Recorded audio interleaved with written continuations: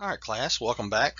In this lecture, we're going to talk about Chapter 3, Law Enforcement Agencies and Their Organization. We're going to talk about the different law enforcement agencies in America, those that are federal, state, and local. We're also going to talk about how do law enforcement agencies differ from each other. And then we're going to talk a little bit about private policing. Now, let's start off with a different type of law enforcement agencies in America. There's estimated to be over 20,000 federal, state, and local agencies according to your text. The local level, which would be who you would probably call for an emergency if you called 911, would be your local sheriff's department or your local police department.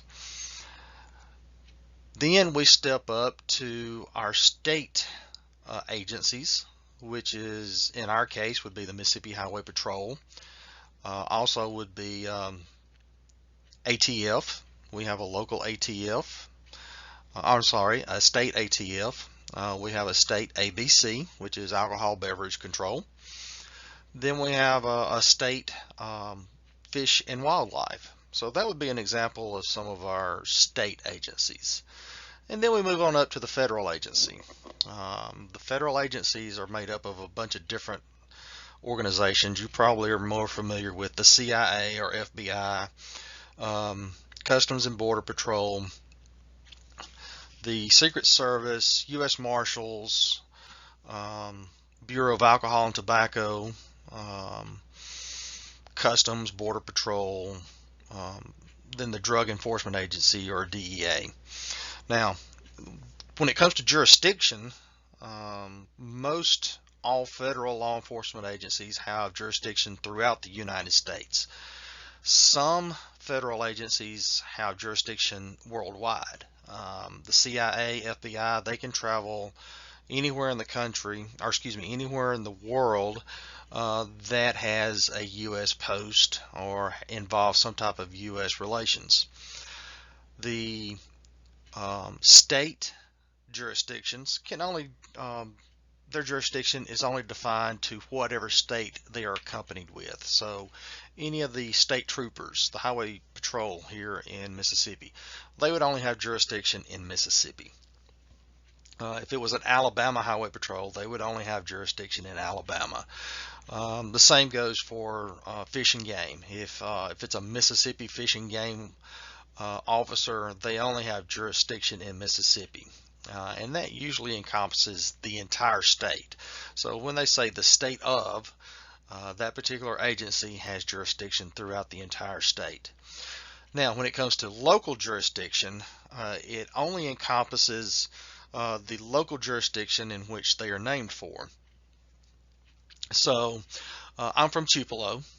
So my particular jurisdiction when I worked was the city of Tupelo. I didn't have jurisdiction outside of Tupelo, which is in Lee County.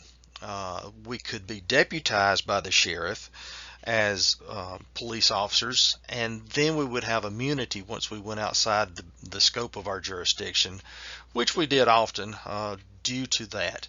But you have to have some type of form stating that you have permission to do that. Most officers, though, stick within their jurisdiction. So for my particular details, I stuck within the city limits of Tupelo. Then if it got outside the scope, I did have permission to go outside the scope of my jurisdiction and pursue out into Lee County.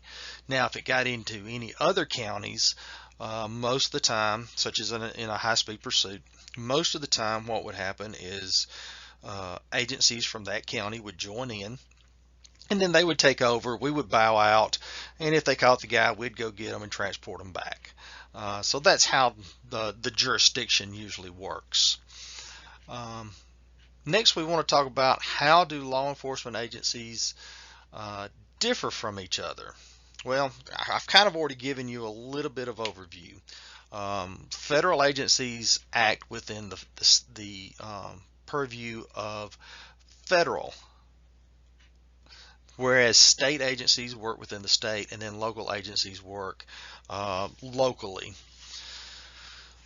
We also want to talk a little bit about the organization of the agencies themselves. Um, Believe it or not, police departments are made up of sworn and non-sworn personnel. Not everybody at the police department is a police officer. We have clerical workers who work the front desk who are civilians. We have a person in our crime lab who is a civilian, and they are not sworn law enforcement personnel. We have people who are sworn, which is our police officers, our drug agents, motor officers, anybody that is active in enforcing the law. Those people would be considered sworn officers. And even canine officers are considered sworn police officers. And you can do just as much time and get just as harsh a penalty for harming a canine as you would a regular police officer. So that's kind of the makeup of between non sworn personnel and sworn personnel. Now, when it comes to the sworn personnel, we're kind of a quasi-military structure. In other words, we're along military lines, but we don't particularly practice the full military scope. When Sir Robert Peel first created the Metropolitan Police Act, he stated that the police must be stable, efficient, and organized along military lines. So, based upon military lines, we kind of have the same chain of command. And when I say chain of command is basically the steps that you go through from patrol officer up to chief. Now, if you're a patrol officer, you can't just go directly to the chief and say, hey, chief, I got a problem. You have to go through your chain of command. So if you're a patrol officer, your next step is more than likely a sergeant or a corporal. You first go to your corporal or sergeant, whichever one is within your ranks, and then they will pass that on up to their supervisor, which would probably be a lieutenant. Then the lieutenant would pass it on up to a captain. Captain would pass it on up to the major. The major would pass it up to the deputy chief, and then the deputy chief would pass it on up to the chief. So that's how chain of command works. You never jump chain of command. Chain of command can always go down, but chain of command can never go up. In other words, the chief can come to a patrolman and talk to him all day long, but a patrolman who has a formal complaint or a formal issue cannot just go directly to the chief without the chief's permission. The chief can say, I have an open door policy, but you better go through your chain of command, or you're more than likely going to hear an earful from whoever your immediate supervisor is. So make sure that you follow the chain of command. The next thing we're going to talk about is private policing. And private policing basically is if you go to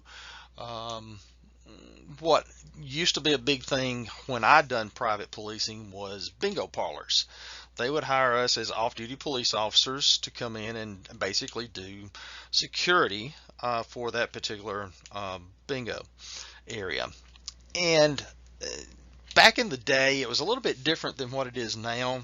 We could go out as full-fledged police officers and give security. Well, now today times have changed a little bit, and we actually have to go out as security guards. We can't be acting as the police unless we are getting paid by the city. Now, what the workaround to that is let's say a celebrity came into Tupelo and wanted to hire a police officer. Well, that celebrity would actually pay the city of Tupelo for private security, and then we, in our capacity as police officers, would guard that particular celebrity as a police officer paid through the city. But let's say that celebrity came into town and contacted one of us as police officers wanting us to do that without going through the city or any extra charges like that. Then we would be in the capacity of working as a security guard. So you kind of have to watch what you're doing with that as far as the way the security, the private security and the private policing works. Again, back in the day, it was not a problem. People would call you up, you'd go act as a police officer, wear your uniform or a shirt that said police, and you were the police.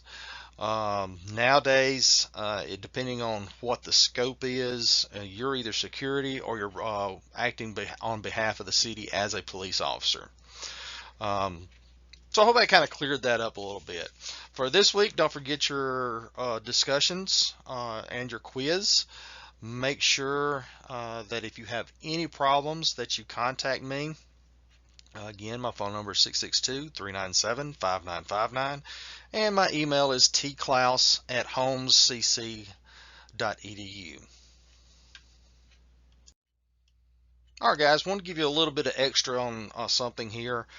This first photo is of me and my unit when I was on traffic many years ago. We won't say how many years ago, but this was me and my guys. I was actually over the traffic unit here in Tupelo for 10 years.